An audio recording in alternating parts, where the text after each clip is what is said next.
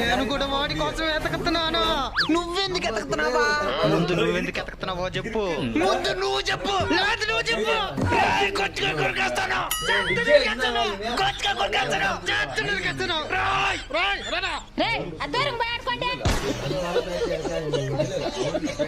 ఇప్పుడు చెప్పు మచ్చా, ఎందుకు ఎత్తుతున్నావు వాడిని?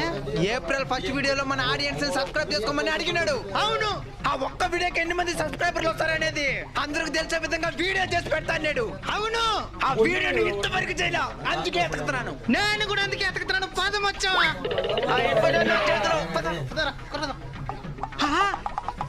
వీళ్ళు మన కోసమే వస్తున్నట్టున్నారా?